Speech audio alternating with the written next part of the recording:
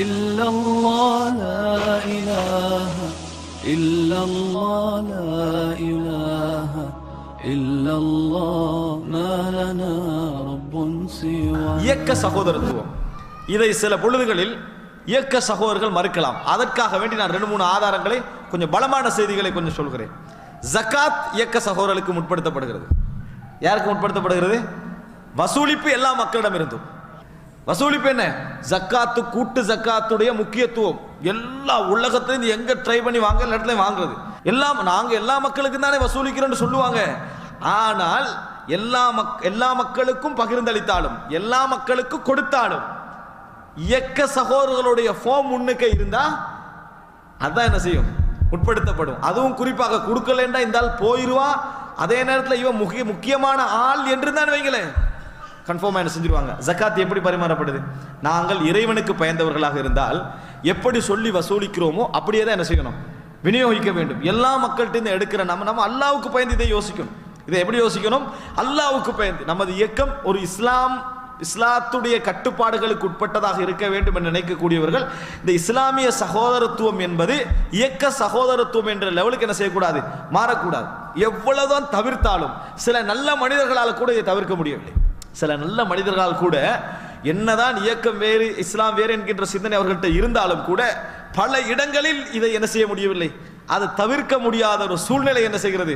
உருவாகுவதை பார்க்கிறோம். அன்புள்ள சகோதரர்களே, இது மிகவும் நாங்கள் தவிர்க்கப்பட வேண்டிய ஒரு விஷயம்.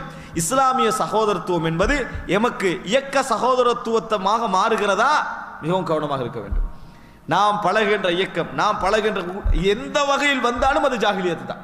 எந்த அளவுக்கு என்றால் எங்களுக்கே தெரியும். எப்படி நடக்கும்? மஷூரா நடக்கிற நேரங்களில் இப்போ ஜக்காத்து கொடுங்க, அவர் எங்கட சகோதரர் ஒரு ஆள், அவரை முற்படுத்துறது நல்லது. உதாரணமா அவர் எங்களுடைய சகோதரர்களில் ஒருவர், அவரை முற்படுத்துவது நல்லதுன்னா அந்த எங்களுடைய சகோதரத்துக்கு என்ன பொருள்? எமது இயக்க சகோதரர். ஆனால் வசூலிக்கிற நேரத்தில் எல்லா மக்கள்கிட்ட இருந்தும் நடக்குதா இல்லையா? ஃபித்ரால நடக்கு எல்லா விஷயங்களும். இது எந்த இயக்கம் இதில் விதிவிலக்கு கிடையாது. எந்த இயக்கம் எனது இதுக்கு விதிவிலக்கு கிடையாது என்கின்ற அமைப்பில் இயக்கத்துடைய பாதிப்பு இந்த சமுதாயத்தில் இருந்து கொண்டிருக்கிறது. ஆனால் இன்றைக்கு எந்த நிலைமைக்காக இருக்குது? இப்படி இந்த லெவலுக்காக இருப்பதை நாங்கள் பார்க்கிறோம். இயக்க சகோதரத்துவம், இஸ்லாமிய சகோதரத்துவம், இதில் நம்ம கவனமாக இருக்க வேண்டும். நாம் சலாத்தை சகோதரர்கள் அடிப்படையில் சொல்லுகிறோமா, சுன்னா பிதா என்ற அடிப்படையில் பிரிக்கிறோமா? அது வேறு. அது இஸ்லாத்துடைய பிரிவு, இஸ்லாம் சொல்லக்கூடிய அம்சம். ஷிர்க் தௌஹீத் என்று பிரிக்கிறோமா? அது வேறு. ஆனால் இயக்கம் என்கின்ற அடிப்படையில் நம்ம கொள்கை இருந்ததோ இல்லையா, நமது இயக்கம் என்கின்ற அடிப்படையில் நமது சகோதரத்துவம் மாறுவாகிறது ஜாகிலியத்தா இல்லையா? இது புரிந்து கொள்ள வேண்டிய மிக முக்கியமான அம்சங்கள் உண்டு சகோதரர்களே. இயக்க இந்த சிந்தனை, இயக்க இந்த முறைமைகள் எப்படி ஆகிவிடுகிறது என்று சொன்னால், ரசூலுல்லாஹி ஸல்லல்லாஹு அலைஹி வஸல்லம் அவர்கள் இந்த இயக்கங்கள் சம்பந்தமாக சில விஷயங்களை சொல்லி இருக்கிறார்கள். நம்ம புரிந்து கொள்ள வேண்டும். நாம் எந்த அமைப்புகளோடு நாம் சேர்ந்து செயல்படுதல் நம்மளுக்கு ஆகும், எது ஆகாது அப்படின்னு நீங்கள் புரிந்து கொள்ள வேண்டும். சர்வசாதாரணமாக நம்ம குழுவாக கூட்டமாக இருந்து செயல்படுதல் என்பது மார்க்கத்தில் தடை செய்யப்பட்டதில் நான் ஆரம்பத்திலே சொன்னேன். ஆனால் இஸ்லாமிய அமைப்பிலே ஃபிர்கா என்கின்ற பகுதிக்கு ஒரு அர்த்தம் இருக்கிறது. ஃபிர்கா என்ற பிரிவு. பிரிவு என்பதற்கு இஸ்லாமிய சமுதாயத்தில் ஒரு நிபந்தனை இருக்குது. இல்லை, மொழி அடிப்படையில் எல்லாமே பிரிவு தான். ஒரு குடும்பம் இன்னொரு வீட்டில் இருக்குது, இன்னொரு குடும்பம் இன்னொரு வீட்டில் இருக்குன்னா இது ஒரு பிரிவு, அது ஒரு பிரிவு தான். எல்லாமே பிரிவு தான். ஆனால் இஸ்லாமிய அடிப்படையில் பிரிவு வழிகேடு என்கின்ற இடத்திற்கு போற ஒரு பிரிவு இருக்குது. இதை நம்ம புரிந்து கொள்ள வேண்டும்.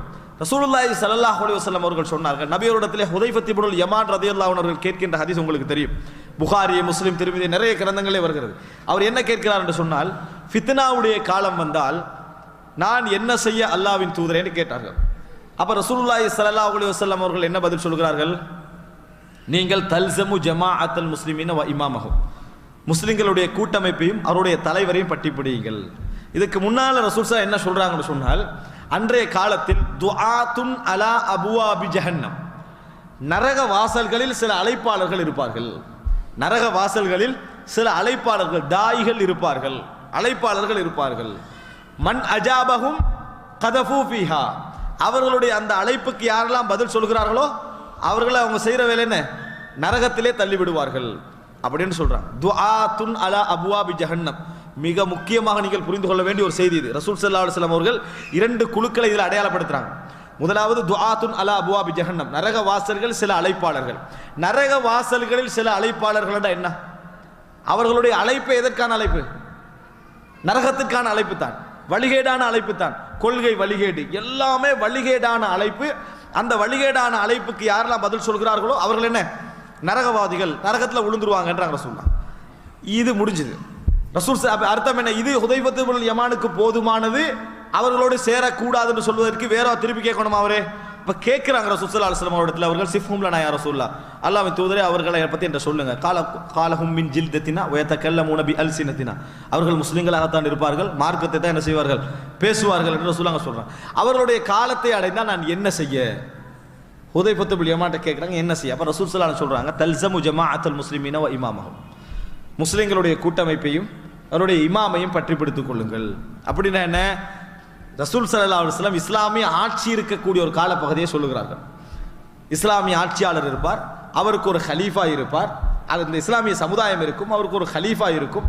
இந்த மாதிரி ஒரு காலகட்ட பகுதியிலே இந்த மாதிரி பிரிவுகள் என்ன செய்யும், உருவாகி நரகத்தின் பக்கம் அழைத்துக் கொண்டிருக்கும். அந்த இஸ்லாமிய ஆட்சிக்கு எதிரான அழைப்புகளையும் செய்து கொண்டிருக்கும். நீங்கள் அவங்களுக்கு யாருக்கும் பதில் சொல்ல வேணாம், என்ன செய்யுங்க, முஸ்லிம் கூட்டமைப்போட இருந்து கொள்ளுங்கள், அந்த இமாமோடு என்ன செய்யுங்க, இருந்து கொள்ளுங்கள். இப்போ ஹுதைஃபத்து இப்னுல் யமான் ஒரு கேள்வி கேட்கிறார், இதுதான் மிக முக்கியம். ஃபஇல்லம் தகுன் லஹும் ஜமாஅத்துன் வலா இமாம், அவர்களுக்கு ஒரு கூட்டமைப்போ ஒரு இமாமோ இல்லை என்றால் யாருக்கு? வழிகட்ட பிரிவுகளுக்கா அல்லது யாரோடு நீங்கள் இருந்து கொள்ளுங்கள் என்று ரசூலுல்லாஹ் சொன்னாங்களோ அவர்களுக்கா? யாரோடு இருந்து கொண்டு சொன்னாங்களோ அவர்களுக்கு. ஏற்கனவே நரகவாசல்களில் அழைப்பாளர்கள் இருப்பார்கள். அந்த டைம்ல என்ன செய்ய? அவர் சொல்றாங்க, தல்ஸமு ஜமாஅத்துல் முஸ்லிமீன வ இமாமஹும், முஸ்லிம்களுடைய கூட்டமைப்பினுடைய தலைவரை பற்றி பிடித்துக் கொள்ளுங்கள். அப்படின்னா என்ன? இந்த குழுக்கள்ல சேராம இஸ்லாமிய சமுதாயம் இருக்கும், அவர்களுக்கு ஒரு தலைவர் இருப்பான், அவங்களோட இருங்க. இப்ப கேள்வி அவர்களை பத்தி. ஃபஇல்லம் தகுன் லஹும் ஜமாஅ வலா இமாம், யாரோடு நீங்க சேர சொல்கிறீர்களோ அவர்கள் ஒரு கூட்டமைப்பாகவும் ஒரு இமாமாகவும் இல்லை என்றால், அப்படின்னா என்ன? பல துண்டுகளாக இருப்பார்கள். யாரோட நம்ம சேர ஹக்கு இருக்குதோ, எவர்களோடு நம்ம சேர்ந்து வாழணும், அவருக்கு அமீர்ந்த அவர்களோடு இருக்கணும் என்று இருக்குதோ, அந்த சுன்னாவை பேசக்கூடியவர்கள், உண்மையிலே இருக்கக்கூடியவர்கள் ஒரு கூட்டமைப்பிலும் ஒரு தலைவரோடும் இல்லை என்றால் என்ன செய்ய? ரசூல் ஸல்லல்லாஹு அலைஹி சொன்னார்கள், ஃபஅதஸில் தில்கல் ஃபிரக குல்லஹா, அந்த அனைத்து பிரிவுகளை விட்டு ஒதுங்கி விடுங்கள். நாங்கள் சொன்னோம், அந்த அனைத்து பிரிவுகளை விட்டும் ஒதுங்கி விடுங்கள். நீங்கள் அந்த அமைப்புகளுக்கு பதில் சொல்லுவதை விட மரத்தின் வேரை கடித்துக்கொண்டு மரணம் வருவது உங்களுக்கு சிறந்தது என ரசூல் ஸல்லல்லாஹு அலைஹி வஸல்லம் சொன்னார்கள். அப்படி என்றால் இந்த செய்தியை நபி அவர்கள் இரண்டு விஷயங்களை பிரித்து சொல்கிறார்கள். வழிகட்ட அமைப்புகள் என்ற, நம்ம வழிகட்ட அமைப்புன்னா நமக்கு தெளிவாக வழங்குது, ஷியா, காதியானி, முஅ்தஸிலா போன்ற பிரிவுகள். இந்த செய்தியில் நாடப்படுகின்றவர்கள் அவர்களா? அது இரண்டாவது அம்சம். ஆனால் வழிகட்ட பிரிவுகள் என்பது என்ன? இவர்கள் தான். இவர்கள் யாரோட நம்ம சேர போறது இல்லை, சேரவும் கூடாது. இஸ்லாமிய ஆட்சி என்ற ஒழுங்கான ஒரு ஆட்சி அமைந்தால் முதலாவது எதிராக இருக்கக்கூடியவர்கள் யார்? இந்த ஷியாக்கள், இந்த காதியானிகள், இந்த முஅ்தஸிலாக்கள், இந்த இபாதியாக்கள், இவர்கள் தான் என்ன செய்வார்கள்? எதிராகவும் இருப்பார்கள், அதில் சந்தேகம் கிடையாது. அவர்களோடு சேராத இஸ்லாமிய சமுதாயத்துக்கு கிடைத்த தலைமைத்தோடு நீ என்ன செய், இருந்து கொள். இப்போ நம்ம எந்த தலைமைத்துவ சமுதாயத்தோடு சேரணுமோ அவர்கள் ஒரு ஜமாத்தாகவும் ஒரு இமாமோடும் இல்லை என்றால் எப்படி இருப்பாங்க? ஆளுக்கு ஒரு இயக்கமாக என்ன செய்வார்கள்? பிரிந்து கொண்டிருப்பார்கள். ரசூல் ஸல்லல்லாஹு அலைஹி வஸல்லம் சொன்னார்கள், ஃபஅதஸில் தில்கல் ஃபிரக குல்லஹா, அந்த அனைத்து பிரிவுகளை விட்டும் ஒதுங்கி விடுங்கள் என்று ரசூல் ஸல்லல்லாஹு அலைஹி வஸல்லம் சொன்னார்கள். இது யாரை பற்றி பேசக்கூடிய விஷயம்? இங்கே உள்பகுதியை பற்றி பேசக்கூடிய விஷயம், சந்தேகமே கிடையாது. இந்த இடத்திலே நாம் புரிந்து கொள்ள வேண்டிய மூணாவது இடம் என்ன தெரியுமா? ஃபிரக், நம்ம பிரிந்து கொள்ள வேண்டிய ஃபிரக் என்ற இடத்தை எப்போ அடையும் ஒரு பிரிவு? நம்ம பிரிந்து விட வேண்டும் என்கின்ற இடத்தை. ஏன்னா ஃபிரக் என்ற சொல் பொதுவான ஒரு சொல், எல்லா ஃபிர்காலையும் குறிக்கும். நீங்க 5 பேர் அங்களையும் நான் இங்கே ஒரு 4 பேர் இருந்தாலும் பிரிவு தான் இது. அப்படி இருந்தாலும் ஒரு பிரிவு தான். ஒரு ஊரில் 10 பேர் இந்த பகுதியில், இன்னொரு ஊரில் இந்த பகுதியிலையும் இருந்தாலும் பிரிவு தான். எல்லா பிரிவையும் என்ன செய்ய குறிக்கும். அன்சாரிகள் பிரிவு, முஹாஜிர்களும் பிரிவு தான். குறைஷி பிரிவு, அவுஸ், ஹஸரஜ் எல்லாமே என்னது? ஃபிர்கா தான். இந்த ஃபிர்காக்களை விட்டு ஒதுங்கிருங்கன்ற ரசூலுல்லாஹ் சொல்லியிருக்க வாய்ப்பே இல்லை. அப்படின்ற ரசூலுல்லாஹ் காலத்தில் என்ன செய்யணும்? ஒதுங்கித்தான் இருக்கணும். அதை சொல்ல ரசூல் ஸல்லல்லாஹு அலைஹி வஸல்லம் அவர்கள். அப்படி என்றால் எவர்கள் தங்களுக்கென, நான் ஏற்கனவே சொன்னது போன்ற ஹிஸ்பியத்தான இயக்க வெறி ரீதியான அடையாளங்களை உண்டாக்கி கொண்டார்களோ, தங்களுக்கென சில மன்ஹஜ்களை உருவாக்கி கொண்டார்களோ, தங்களுக்கென சில வட்டங்களை போட்டுக்கொண்டு தனிப்பிரிவாக அடையாளம் காட்டுறாங்களே, முஸ்லிம் சமுதாயத்திலேயே நாங்கள் தான் சிறந்தவர்கள் என்பது போன்ற ஒரு தோற்றப்பாடு உண்டாக்கிடுவாங்களே, அவர்களை குறிக்கக்கூடிய ஒரு செய்தி என்பதை புரிந்து கொள்ள வேண்டும். நம்ம கூட்டாக குழுவாக இயங்குவதை பற்றி பேசல. இந்த செய்தி யாரை பற்றி பேசுது? தனியாக ஆகிவிட்டார்கள். இன்றைக்கு நீங்கள் பார்க்கலாம், இயக்கங்களுடைய தோற்றங்கள் வந்த பின்னால் உருவான ஒரு மிக மோசமான ஒரு நிலைதான் பைஅத். இஸ்லாமிய சமுதாயத்துடைய பையத் என்பது ஒரு கிலாபத்துடைய பையத்தில் இருந்து இன்றைக்கு எந்த இயக்கங்களாக இருந்தாலும் பையத் என்ற ஒரு அம்சத்தை என்ன செய்திருக்கிறது, கையில் எடுத்திருக்கிறது. அது நீங்க எந்த இயக்கங்களை எடுத்துக்கின்றாலும் சரி, பைஅத்துல் உதுமா அவர்களுக்கான ஒரு பெரிய பையத்து என்ன செய்கிறது இருக்கிறது. அந்த பையத்தை அவர்கள் வைத்திருக்கிறார்கள். கடைசியாக அந்த லெவல் என்ன செய்யும், அடை இது எந்த இயக்கங்களை எடுத்துக்கொண்டாலும் இஸ்லாமிய போர்வையில் இயங்கக்கூடிய அல்லது இஸ்லாத்திற்காக இயங்கக்கூடிய அமைப்பில் நீங்க எந்த அமைப்பை எடுத்துக்கொண்டாலும் இந்த பைஅத் என்றது இறுதி கட்டம். பைஅத் என்றது இறுதி கட்டம். இது எந்த அளவுக்கு சர்ச்சையாக ஆகிறது என்று சொன்னால், சில அமைப்புகள் பையத் எடுக்கிற நேரத்தில் லா இலாஹ இல்லல்லாஹ் முஹம்மதுர் ரசூலுல்லாஹ் சொல்லணும்னு சொல்றாங்க. லா இலாஹ இல்லல்லாஹ் முஹம்மதுர் ரசூலுல்லாஹ் சொல்லணும். உதாரணமாக ஜமாஅத்துல் இஸ்லாமியா விடுங்க, ஜமாஅத் இஸ்லாமியா எடுத்தீங்கன்னு சொன்னால் அதுல ஒரு சாதாரண ஒரு மனிதர் ஆதரவாளர் வட்டம் முஅய்யித், நான் சொல்ல வரக்கூடிய பிரிவு முறையை சொல்றேன். ஒரு இயக்கம் சமுதாயத்துக்கு நல்ல விஷயங்களை செய்வதற்காக உருவாக்கப்பட்டிருக்கிறது, அவர்களோடு சேர்ந்து நாங்கள் செயல்பட்டு கொண்டிருக்கிறோம் என்பது வேறு. ஆனால் ஒரு இயக்கத்திலே அடையாள பிரிவுகள் உண்டாகிறது. எப்படி? முஅய்யித் வட்டம், ஆதரவாளர் வட்டம். இந்த ஆதரவாளர் வட்டத்துக்கு பின்னால் ஒரு மேல்ல ஒரு வட்டம், அதற்கு பின்னால் ஒரு மேலுக்கு ஒரு வட்டம், அதற்கு பின்னால சூரா சபை, சூரா சபைக்கு பின்னால பையத். இந்த பையத் என்பது அதாவது இவர்களுடைய அங்கத்தவர்கள் நாடு ஃபுல்லா நிறைய இருக்கலாம், ஆனா பையத்து செய்தவர்கள் குறிப்பிட்ட வட்டம் தான் இருக்கும். அவர்களுக்குள்ள என்ன செய்யும், அதாவது ரகசியமான பரிமாற்றங்கள் இருக்கும். ஒரு இயக்கத்துக்குரிய அத்தனை விதமான ஃபார்மேட்டும் அவர்கள்ட்ட என்ன செய்யும் இருக்கும். இதனால அவர்கள் பையத் எடுக்கிற நேரத்தில் அவருடைய நிபந்தனைகள் உண்டு. லா இலாஹ இல்லல்லாஹ் முஹம்மது ரசூலுல்லாஹ் சொல்லணும், லா இலாஹ இல்லல்லாஹ் முஹம்மது ரசூலுல்லாஹ் சொல்லணும். இதை கடுமையாக விமர்சித்து இன்னும் சில இயக்கத்தினர்கள் எழுதினார்கள். நீங்க ஏன் பையத்து செய்யற நேரத்தில் லா இலாஹ இல்லல்லாஹ் முஹம்மது ரசூலுல்லாஹ் எடுக்கிறீங்க அப்படின்னா மற்றவங்களை காபிர் என்று சொல்றீங்களா, உங்களுடைய இயக்கத்துக்கு வெளியே உள்ளவர்களை காபிர் என்று சொல்கிறீர்களா என்ற ஒரு கேள்வி வந்தது. அதற்கு ஒரு பதில் எழுதுகிறார்கள். என்ன? எமது இயக்கத்தில் அப்படி எதுவுமே இல்லை என்று எழுதியிருந்தா நியாயம். அப்படி ஒரு நிபந்தனையே எமது இயக்கத்தில் இல்லை எழுதியிருந்தா அந்த இயக்கத்துடைய தூய்மை ஓரளவு நிரூபணமாக இருக்கும். எப்படி பதில் எழுதுறாங்க தெரியுமா? லா இலாஹ முஹம்மது நாங்கள் ஏன் சொல்லுகிறேன் தெரியுமா, ஈமானை புதுப்பித்துக் கொள்வதற்காக. இது பதிலான்னு கேட்கிறேன். ஈமானை புதுப்பித்துக் கொள்வதற்காக எழுதி என்ன செய்யறாங்க, புத்தகமா வெளியே போடுறாங்க. அப்ப நான் என்ன கேட்கிறேன்னு சொன்னால், இது ஃபிர்கா.